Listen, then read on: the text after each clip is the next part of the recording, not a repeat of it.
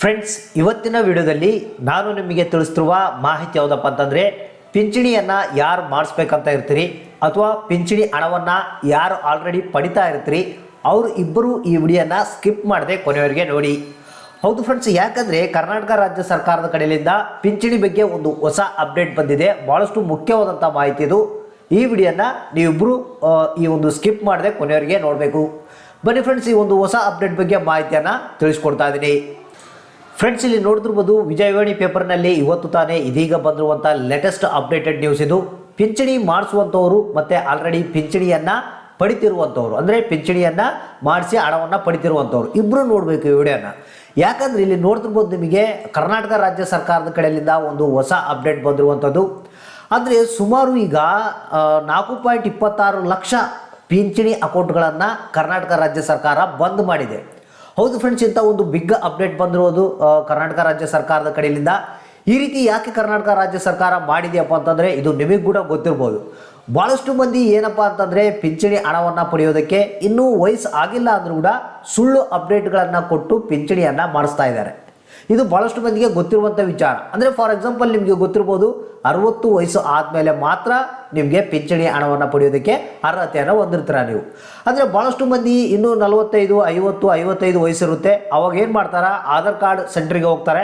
ನಮಗೆ ಏನು ವಯಸ್ಸು ಚೇಂಜ್ ಮಾಡಿಕೊಡ್ರಿ, ಏಜ್ ಚೇಂಜ್ ಮಾಡಿಕೊಡ್ರಿ ಅಂತೇಳಿ 60 ವರ್ಷದ ಮೇಲೆ ಏಜ್ ಬರುವಂತೆ ಅಪ್ಡೇಟನ್ನು ಮಾಡಿಸ್ಬಿಡ್ತಾರೆ. ಅಪ್ಡೇಟ್ ಮಾಡಿಸಿ ಏನು ಮಾಡ್ತಾರೆ, ನಮಗೆ 60 ವರ್ಷ ಆಗಿದೆ ಅಂತೇಳಿ ಪಿಂಚಣಿ ಹಣ ಬರುವಂತೆ ಪಿಂಚಣಿ ಹಣಕ್ಕೆ ಒಂದು ಅಪ್ಲೈಯನ್ನು ಮಾಡ್ತಾರೆ. ಸೊ ಈ ರೀತಿಯಾಗಿ ಭಾಳಷ್ಟು ಮಂದಿ ಮಾಡಿರೋದ್ರಿಂದ ಕರ್ನಾಟಕ ರಾಜ್ಯ ಸರ್ಕಾರ ಏನು ಮಾಡಿದೆ, ಈ ರೀತಿಯಾಗಿ ಸುಳ್ಳು ಅಪ್ಡೇಟ್ಗಳನ್ನು ಯಾರು ಕೊಟ್ಟಿದ್ದಾರೆ, ತಮಗೆ ಏಜ್ ಆಗಿಲ್ಲ ಅಂದರೂ ಕೂಡ ಸುಳ್ಳು ಅಪ್ಡೇಟನ್ನು ಕೊಟ್ಟು ಯಾರು ಪಿಂಚಣಿ ಹಣವನ್ನು ಪಡಿತಿದ್ದಾರೆ, ಸೊ ಅಂಥ ಅಕೌಂಟ್ಗಳನ್ನು ಈಗ ಕರ್ನಾಟಕ ರಾಜ್ಯ ಸರ್ಕಾರ ಬಂದ್ ಮಾಡಿದೆ. ಸುಮಾರು ಇಲ್ಲಿ ನೋಡ್ತಿರ್ಬೋದು 4.26 ಲಕ್ಷ ನಕಲಿ ಅಕೌಂಟ್ಗಳನ್ನು ಬಂದ್ ಮಾಡಿರುವಂಥದ್ದು. ಅಂದರೆ ಇಷ್ಟು ಅಕೌಂಟ್ಗಳು ಬಂದ್ ಮಾಡಿದ್ದೇವೆ. ಸೊ ನೀವೇನಾದರೂ ತಪ್ಪು ಮಾಹಿತಿ ಕೊಟ್ಟು ಪಿಂಚಣಿ ಹಣವನ್ನು ಪಡಿತಾ ಇದ್ದರೆ ನಿಮಗೆ ಬರ ತಿಂಗಳಿಂದ ಪಿಂಚಣಿ ಹಣ ಬರೋದಿಲ್ಲ. ಸೊ ಯಾರಿಗೆ 60 ವರ್ಷ ಆಗಿರುತ್ತೆ, ಅವರು ಯಾರು ಕರೆಕ್ಟ್ ಮಾಹಿತಿ ಕೊಟ್ಟಿರ್ತಾರೆ ಅಂಥವ್ರಿಗೆ ಮಾತ್ರ ಪಿಂಚಣಿ ಹಣ ಬರುತ್ತೆ. ಸೊ ಇದರಿಂದ ಸರ್ಕಾರಕ್ಕೆ ನೋಡ್ತಿರ್ಬೋದು ಇಲ್ಲಿ 450 ಕೋಟಿ ರೂಪಾಯಿ ಹಣ ಏನಿದೆ ಉಳಿತಾಯ ಆಗಿದೆ. ಸೊ ಮತ್ತು ಇದ್ರ ಜೊತೆಗಿನ ಒಂದು ಏನಪ್ಪ ಅಂತಂದರೆ ಹೊಸಬರು ಪಿಂಚಣಿ ಮಾಡಿಸ್ತಿರ್ತಾರೆ. ಅವ್ರಿಗೂ ಒಂದು ಮಾಹಿತಿ ಏನಪ್ಪ ಅಂತಂದರೆ, ನಿಮಗೆ ಅಂದರೆ ಸುಳ್ಳಾಗಿ ತಪ್ಪು ಮಾಹಿತಿ ಕೊಟ್ಟು ಪಿಂಚಣಿ ಮಾಡ್ಸೋಕೆ ಹೋಗಬೇಡಿ. ಯಾಕಂದರೆ ಈಗ ಸರ್ಕಾರ ಎಲ್ಲ ವೆರಿಫಿಕೇಷನನ್ನು ಮಾಡ್ತಾ ಇದೆ. ಯಾರು ಈ ಒಂದು 60 ವರ್ಷ ತುಂಬಿದೆ, 60 ವರ್ಷ ತುಂಬಿಲ್ಲ ಅಂತ ವೆರಿಫೈ ಮಾಡ್ತಾ ಇದೆ.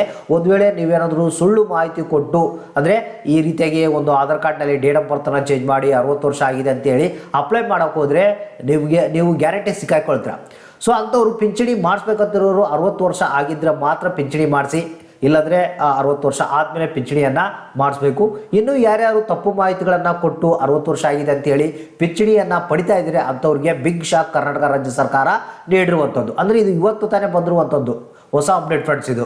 ಅಂದರೆ ಮುಂದಿನ ದಿನಗಳಲ್ಲಿ ಯಾರು ಸುಳ್ಳು ಮಾಹಿತಿಯನ್ನು ಕೊಟ್ಟು ಈ ಒಂದು ಪಿಂಚಣಿ ಹಣವನ್ನು ಪಡಿತಿರ್ತಾರೆ ಅವರಿಗೆ ಪಿಂಚಣಿ ಹಣ ಬರೋದಿಲ್ಲ. ಫಾರ್ ಎಕ್ಸಾಂಪಲ್ ಇಲ್ಲಿ ನೋಡ್ತಿರ್ಬೋದು, ನಿಮಗೆ ಹಾಸನ ಜಿಲ್ಲೆಯಲ್ಲಿ ಸುಮಾರು ನಿಮಗೆ 165, ಒಂದೇ ಒಂದು ಜಿಲ್ಲೆಯಲ್ಲಿ ನಿಮಗೆ 165 ಫೇಕ್ ಅಕೌಂಟ್ಗಳು, ಅಂದರೆ ವಯಸ್ಸು ಕಡಿಮೆ ಇದ್ದರೂ ಕೂಡ ಜಾಸ್ತಿ ಇದೆ ಅಂತ ಹೇಳಿ ಪಿಂಚಣಿ ಹಣವನ್ನು ಪಡಿತಿರೋದು ಒಂದೇ ಜಿಲ್ಲೆಯಲ್ಲಿ ಕಂಡು ಬಂದಿದೆ. ಸೊ ಇದೇ ರೀತಿಯಾಗಿ ಕರ್ನಾಟಕ ರಾಜ್ಯಾದ್ಯಂತ ನಾವು ಏನಾದರೂ ಪರಿಶೀಲನೆ ಮಾಡಿದರೆ ಭಾಳಷ್ಟು ಫೇಕ್ ಅಕೌಂಟ್ಗಳು ಸಿಗುತ್ತೆ. ಅದರಲ್ಲಿ ಈಗ ಆಲ್ರೆಡಿ 4.26 ಲಕ್ಷ ಅಕೌಂಟ್ಗಳನ್ನು, ಅಂದರೆ ವಯಸ್ಸು ಕಡಿಮೆ ಇದ್ದರೂ ಕೂಡ ಜಾಸ್ತಿ ಇದೆ ಅಂತೇಳಿ ಪಿಂಚಣಿ ಹಣವನ್ನು ಪಡಿತಿರುವಂಥ ಅಕೌಂಟ್ಗಳನ್ನು ಈಗ ಬಂದ್ ಮಾಡಲಾಗಿದೆ. ಫ್ರೆಂಡ್ಸ್, ಇದೊಂದು ಈ ಒಂದು ವಿಡಿಯೋ, ಈ ಒಂದು ಮಾಹಿತಿ ಇಷ್ಟ ಆಗಿದ್ರೆ ಒಂದು ಲೈಕ್ ಮಾಡಿ. ತಪ್ಪದೆ ಕೂಡಲೇ ಪಿಂಚಣಿ ಹಣವನ್ನು ಪಡಿತಿರುವಂಥವ್ರು ಮತ್ತು ಪಿಂಚಣಿ ಮಾಡಿಸ್ಬೇಕಂತಿರೋರಿಗೆ ಈ ಒಂದು ವಿಡಿಯೋನ ಕೂಡಲೇ ಶೇರ್ ಮಾಡಿ.